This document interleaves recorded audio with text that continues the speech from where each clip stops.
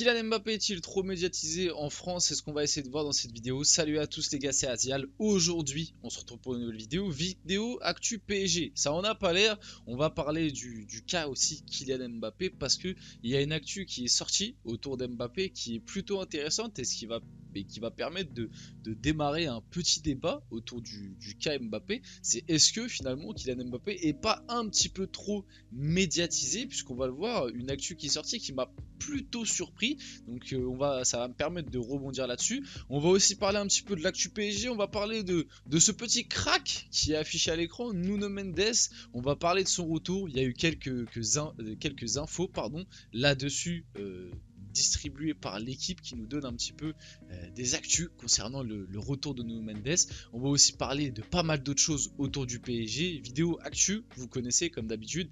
N'hésitez pas à liker avant qu'on rentre dans le vif du sujet de la vidéo, à commenter, à partager et à vous abonner. Ça fait toujours plaisir et ça aide pour le développement de la chaîne. Et puis on peut y aller dès maintenant. Rentrons dans le vif du sujet de la vidéo. Kylian Mbappé est la 4e personnalité la plus citée dans les médias français en 2023, tous médias confondus. 3 personnalités politiques le devancent, Gérald Darmanin, Elisabeth Borne et Emmanuel Macron. Les autres sportifs du classement: 13e Léo Messi, 14e Didier Deschamps, 18e Antoine Dupont, parce qu'on rappelle il y a eu quand même la Coupe du Monde de rugby, 22e Neymar, 24e Fabien Galtier, Djokovic, Galtier, Benzema en 39e. Et franchement cette actu, alors là comme ça peut paraître de rien, mais ça m'a permis de me poser un peu la question et de faire un petit débat vite fait que je lance avec vous. Ça permettra que vous y répondiez dans les commentaires et tout. Mais est-ce que finalement Kylian Mbappé n'est-il pas peut-être un petit peu trop cité, un petit peu trop... est-ce qu'on n'en fait pas un petit peu trop autour de Kylian Mbappé dans les médias français? Alors en vrai, nous les youtubeurs, moi et tout, on peut se mettre dedans parce que finalement c'est vrai que Mbappé, on en parle énormément et on le sait que nous, en tant que... Enfin moi en tout cas je le vois les gars, je veux pas vous faire le mytho, je vais pas faire le mytho avec vous.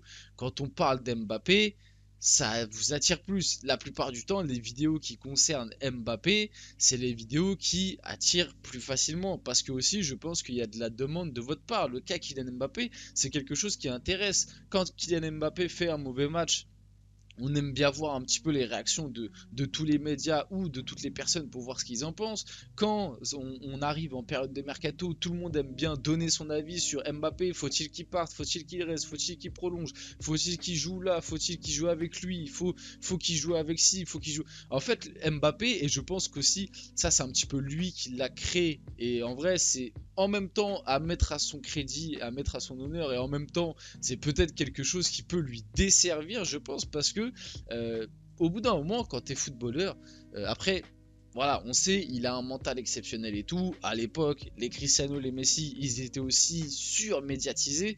Mais lui, il s'est vraiment créé ce truc de je veux qu'on parle de moi constant vis-à-vis de mon contrat, vis-à-vis de mon salaire, vis-à-vis de mon transfert, vis-à-vis pardon, de ma carrière, de l'histoire de ma carrière, ce que je veux créer, le parcours que j'ai envie de me créer avec l'équipe de France, le capitaine, le capitana et tout. Vous voyez ce que je veux dire? Il y a ce truc de hyper médiatisation. Alors peut-être que au Portugal à l'époque avec Cristiano quand il était à son prime c'était pareil, peut-être qu'en Argentine avec Messi c'est pareil, mais moi honnêtement je trouve ça quand même incroyable que Mbappé soit la 4e personnalité la plus citée de France, en gros derrière 3 politiques qui sont à la tête de l'État. C'est ce qui est quand même assez fou. Donc voilà, c'était ma petite... voilà, je voulais ouvrir un petit débat là-dessus. Qu'est-ce que vous en pensez vous personnellement? Moi je trouve que peut-être on parle trop d'Mbappé, voilà. Peut-être qu'on en parle trop et peut-être que ça lui dessert. Peut-être que ça nous dessert aussi parce que peut-être que du coup on en attend trop et qu'à des moments il peut pas répondre toujours présent. Je ne sais pas. Je voulais ouvrir en tout cas le petit débat avec vous dans ce début de vidéo.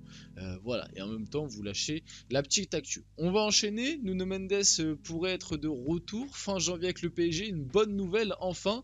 On avait eu celle de Kipembe qui au début ça nous annonçait un retour et au final on avait eu la petite clim, Bon bah, réopération. Son entourage se veut confiant sur sa progression. Le club de la capitale pourrait donc potentiellement compter sur le Portugais sur le flanc gauche pardon, face à la Real Sociedad en Champions League le 14 février prochain. Honnêtement, très content. Ah, si c'est réel, honnêtement, très content. On attend le retour de Nuno Mendes. Ça va nous permettre. Donc, déjà, faudra voir à quel niveau il revient. Faudra pas trop le cramer direct. Attention. Mais au moins, ça va nous faire une option en plus derrière. Ça pourra aussi nous permettre de nous projeter un petit peu sur Lucas Hernandez, défenseur central ou pas, on verra. Peut-être que finalement Lucas restera à gauche et qu'il y aura juste une concu entre Lucas Hernandez et Nuno Mendes, mais avoir un Nuno Mendes dans ses rangs, hein, même à faire rentrer, tu vois, t'imagines Lucas Hernandez démarre titulaire, les 20-30 dernières minutes tu fais rentrer un Nuno Mendes, ça va t'apporter du dynamisme sur le flanc gauche et ça va faire plaisir honnêtement. Donc bonne nouvelle là-dessus et je suis très content, j'ai hâte d'avoir le retour de Nuno. Le PSG souhaite se séparer d'Hugo Ekitike et Layvin Kurzawa pour le mercato hivernal. Ces joueurs n'entrent pas dans les plans de Luis Enrique qui ne compte pas sur eux pour la suite de la saison. Bon, cette actu, ça fait quand même un moment qu'on la voit passer, j'en ai déjà parlé dans pas mal de vidéos. C'est les deux joueurs qui, en tout cas dans l'esprit de Luis Enrique, il ne compte absolument pas sur eux. Malheureusement pour les critiquer, je le dis, je le répète. Parce que pour moi, ce que j'ai vu lors de la prépa, je pense que Luis Enrique, en réalité, il aurait bien aimé pouvoir compter sur Ekitike, mais on sait avec ce qui s'est passé lors de la fin du mercato, le fait que Hugo n'ait pas voulu quitter le club pour aller entre guillemets un peu n'importe où, que Francfort en même temps de leur côté, ils étaient pas trop chauds pour recruter Ekitike, et que à cause de ça, on a failli louper Kolo Muani. Au final, est-ce que ça aurait été pas plus mal? Avec le recul là, bon, ça se trouve, je dis ça se trouve l'année prochaine. Kolo Muani sera énorme, ce sera le meilleur buteur du PSG et tout, mais à l'heure actuelle tu te dis bon bah au final est-ce que ça aurait été pas plus mal de louper Kolo Muani et d'avoir une rotation avec Gonzalo Ramos et Ekitike? Je suis pas sûr, je vous dis la vérité, je suis pas sûr qu'on en aurait vraiment énormément perdu au change, et au final ça se trouve t'aurais même pu lors de ce mercato hivernal recruter des joueurs plus intéressants avec bah, du coup 90 millions en plus dans les caisses quoi. C'est ce qui est quand même assez conséquent et important, parce que moi lors de la pré-saison, Luis Enrique je trouve qu'il comptait quand même pas mal sur Ekitike, et ce que j'avais vu c'était plutôt intéressant. Ekitike avait fait partie des meilleurs parisiens lors de la pré-saison, et même l'année dernière, je le dis, je le répète, hein, le début de saison l'année dernière, j'avais trouvé cataclysmique d'Ekitike, même dans l'attitude et tout. Honnêtement, j'avais détesté. Pour moi, c'était un flop et tout. Et sur la deuxième partie de saison, j'avais trouvé bien mieux dans l'attitude, dans le niveau de jeu proposé et dans le marasme collectif qui était le PSG l'année dernière en deuxième partie de saison. Ce qu'a proposé Ekitike à des moments avec des petits buts dans certaines prestations, de l'envie, etc. Pour moi, c'est pas moins.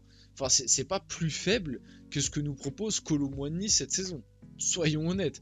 Donc moi je trouve c'est dommage l'histoire comment s'est réglée entre guillemets, et je suis sûr, vous le verrez, je suis quasi sûr qu'Ekitike, s'il trouve un projet cet hiver intéressant et que il tombe avec une équipe et un coach qui peut exploiter ses qualités, je pense que ça peut devenir un bon numéro 9, et que peut-être on le regrettera du côté du PSG. Je vous dis pas que ça deviendra R9, c'est pas ça que je suis en train de vous dire, mais je pense que ça peut devenir un vrai bon numéro 9 d'un club de Ligue Europa par exemple, ou même d'un club de Ligue des Champions, mais qui est pas forcément, voilà, genre un Ekitike à Dortmund.